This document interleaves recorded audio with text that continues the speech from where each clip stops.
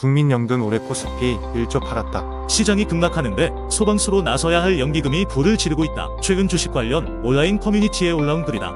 연초 코스피가 200포인트 가량 밀리는 부진을 보이는 가운데 연기금이 벌써 1조 원 수준의 순매도에 나서자 이 같은 반응을 보이고 있다.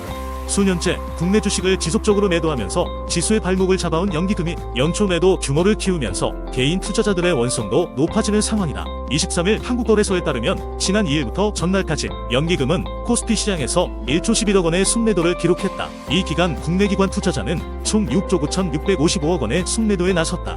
외국인이 2조 2,219억 원, 개인이 4조 7,650억 원의 순매 수세를 보인 것과 대비된다. 국내 기관 투자자 중에서도 연기금의 순매도 규모는 은행, 금융투자 다음으로 컸다.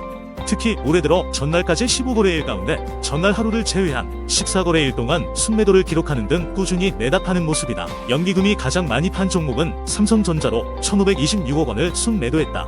이어 삼성 SDI, 현대모비스, SK이노베이션, 포스코홀딩스 순이었다. 통상 투자 주체에서 연기금이라고 하면 국민연금을 지칭한다.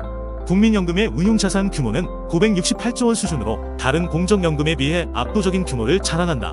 다른 4대 공적연금의 운용 규모를 보면 사학연금은 20조 원, 공무원연금의 운용자산은 15조 원, 군인연금은 4조 원대다. 국민연금은 지난 2020년 코로나 팬데믹으로 인한 폭락장이 펼쳐지자 국내 주식을 대량 매입했다. 2020년 3월부터 5월까지 불과 3개월 동안 5조 785억 원어치의 주식을 폭풍 매수했다. 그해 2월 중순 2200선 중반이던 코스피가 한 달 만에 1400선 초반까지 밀렸기 때문이다. 하지만 다음해 1월 코스피가 3266.23으로 사상 최고치를 찍는 강세장이 나타나면서 국민연금도 지속적으로 주식을 매도 중이다. 연도별 순매도 규모를 보면 지난 2020년 한 해 기준으로는 2조 8135억 원, 지난 2021년 24조 1439억 원, 지난 2022년 2조 7488억 원, 지난해 2조 9468억 원이었다. 그리고 올해 들어서 한 달이 채 지나지 않았음에도 이미 1조 원 가량의 순매도를 나타낸 것이다. 이전에는 국민연금의 국내 주식 목표 비중을 문제 삼는 목소리가 컸다.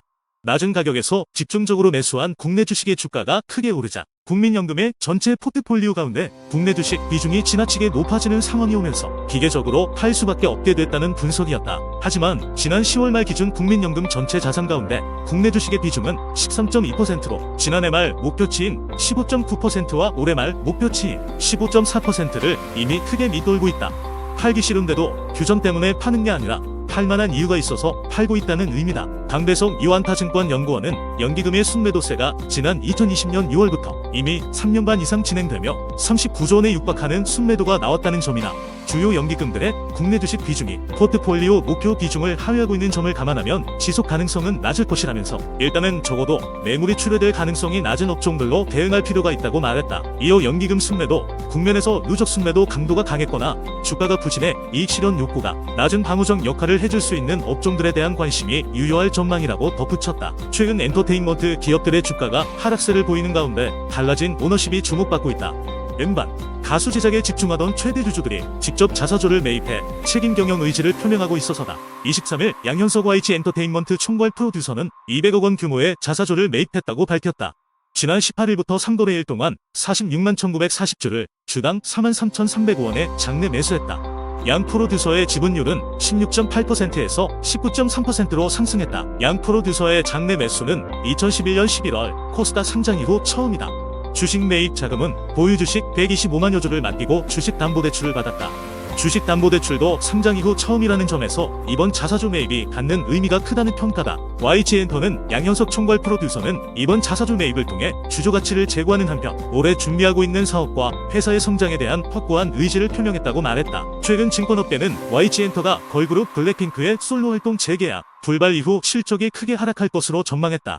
증권사들은 가장 어려운 시기 필요한 것은 시간, 내공을 입증할 필요, 피해가기 힘든 24년, 감익 등의 기업 분석 리포트를 발간하며 목표 주가를 56,000원까지 하향 조정했다. 임수진 대신증권 연구원은 2024년은 YG엔터에게 가장 어려운 시기가 될 전망이라며 매출에 가장 큰 영향을 미치는 블랙핑크의 단체 재계약은 성공해 불행 중 다행이나 이들의 2024년 단체 활동 여부는 아직 예측하기 어려워 실적 변동성이 크다고 지적했다. JYP 엔트도 최근 주가가 하락하자 최대 주주이자 최고 운영 책임자인 박진영 프로듀서가 50억 원의 자사조를 매입했다.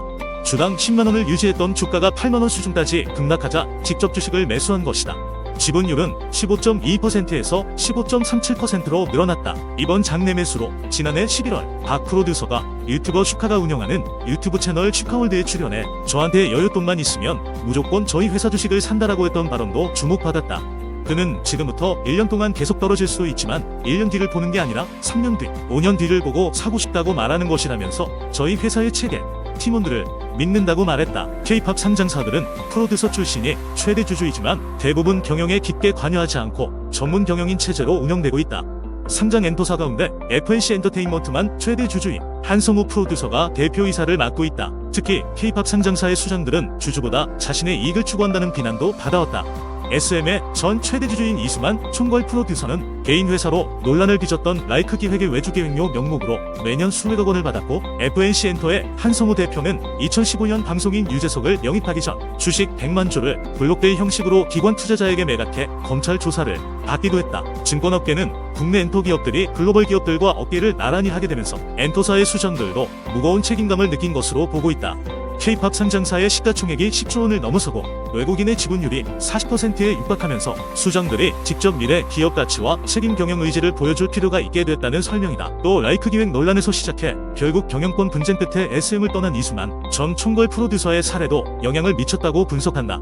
이제는 행동주의 펀드뿐만 아니라 소액 주주들이 힘을 합쳐 기업 경영 환경 개선에 적극적으로 나서고 있기 때문이다. 이를 반영하듯 YG엔터는 양 프로듀서의 장내 매수에 대해 책임 경영을 넘어서 직접 선봉에 서서 새로운 판을 짠다고 표현했다. YG엔터 관계자는 국내외 오디션을 통해 글로벌 신인을 발굴, 육성해 올해 안에 한 팀 이상의 신인 그룹을 발표한다는 목표를 세우고 있다며 올해 아티스트의 다양한 활동 및 글로벌 마켓 공략을 통해 새로운 성장 동력을 확보해 지속적인 주주 가치를 제고하겠다. 이번 자사주 매입은 이러한 의지와 노력의 시작이라고 말했다. 다우존스 30 산업평균 지수가 미국 경제 연착륙 기대감과 인공지능 분야를 둘러싼 투자 열기를 등에 업고 연초부터 고공행진을 이어가고 있다. 미국 증시는 이번 주 테슬라, IBM 등 대형 기술주 실적 발표도 앞둬 당분간 상승 모멘텀이 이어질 것이란 전망이 나온다.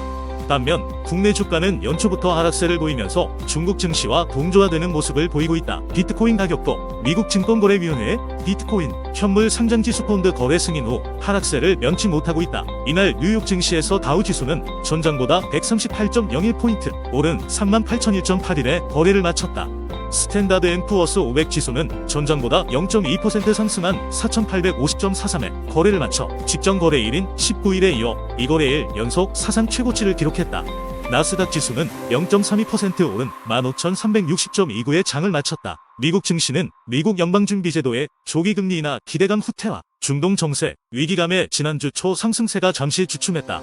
하지만 미국 의회가 임시 예산안을 통과시켜오는 3월 미국 연방정부의 셧다운 리스크가 줄고 AI 산업의 기대감이 커지면서 투자 심리가 다시 살아나는 모습이다. 시장의 관심사는 이번 주 실적을 발표하는 테슬라와 IBM, AI와 관련된 반도체 기업 등으로 집중되고 있다. 강재구 한화투자증권연구원은 대만 TSMC의 최근 실적 발표에서 AI용 제품에 대한 수요가 강하다는 것을 확인한 만큼 관련 기업들의 기대가 큰 상황이라고 말했다. 주요 국가들의 증시도 상승했다.